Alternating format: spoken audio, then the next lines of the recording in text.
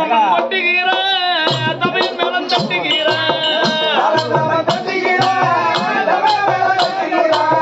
தாளமம்மன் கொட்டுகிற தமிழ் மேளம் தட்டுகிற